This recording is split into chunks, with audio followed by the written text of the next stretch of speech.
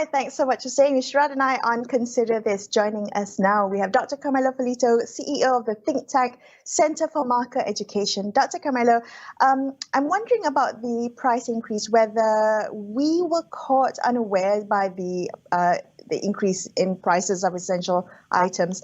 Did this catch us off guard because it escalated so quickly, or was someone not paying attention? Did someone take their eye off the ball?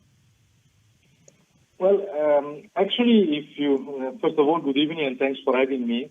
If you have followed my statement, I started to raise the flag about inflation last March.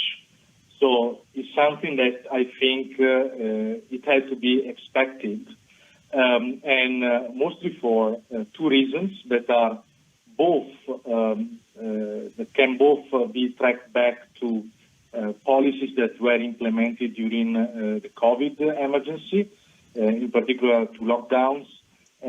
So lockdowns have brought disruptions in supply chain on one side, and on the other side, the need of expansion in the money supply. So under this perspective, I think that it had to be expected. Carmelo, could you help us understand the distinction between inflation as a general phenomena and, in this instance, particular goods being subjected to spikes in prices? Okay.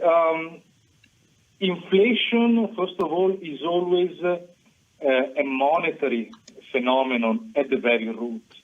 So we have to properly define inflation looking at that increase in the general level of prices that is tracked back to an increase in money supply. Then we have different phenomena that can happen as temporary phenomena that are due to a spike in demand or to a shortage in supply. And these can always be addressed. I mean, the market will always try and struggle to address this second type of phenomena.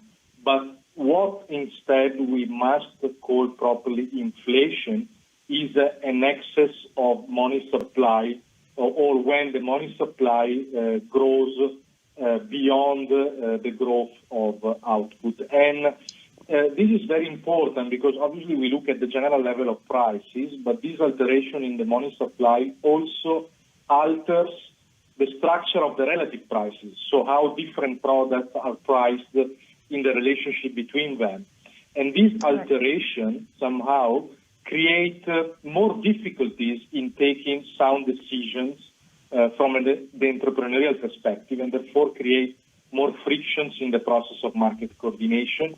And in the long run, they can create serious dangers on employment. I want to talk to you about what government can do to address situations like this in terms of government interventions. You've argued before that price controls are not the way for government to address inflationary pressures. Can you explain why? Okay, if we talk about that kind of tensions that are coming from the disruption in the supply chain, putting price ceiling is just a way to hide the problem and to delay its solution, potentially creating more inflationary pressures once the price ceiling are removed, because meanwhile you have removed the incentive for supply to meet demand.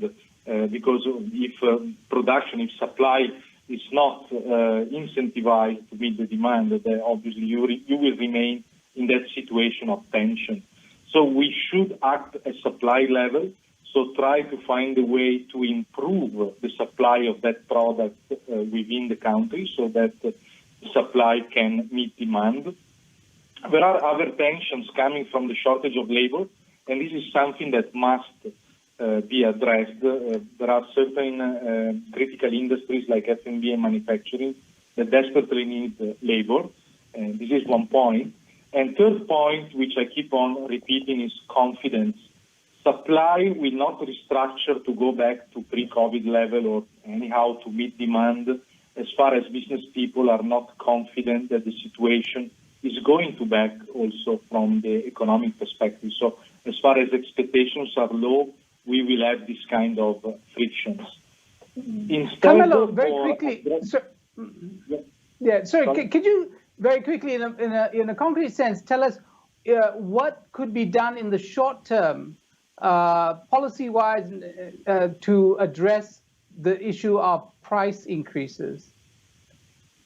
I mentioned special trade corridors, first of all, so recognizing where the supply frictions are and do whatever is possible to bring supply in.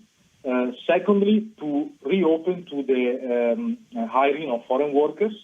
And third, to send a clear message of confidence that we are not going into new lockdowns again.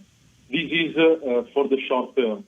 For the long term, addressing the different kind of inflation, the monetary inflation, that is the one that is more threatening the stability of our economy, and not only our, but the world economy. The government should embark in a serious program of spending cuts. Okay. Dr. Carmelo Ferlito, thank you so much for joining us on the show. Dr. Carmelo Ferlito from the Center for Market Education there, wrapping up this episode of Consider This. I'm Melisa Idris. And I'm Sharaad, Kuttan, signing off for the evening. Thank you so much for watching the show. Have a great weekend, folks. Good night.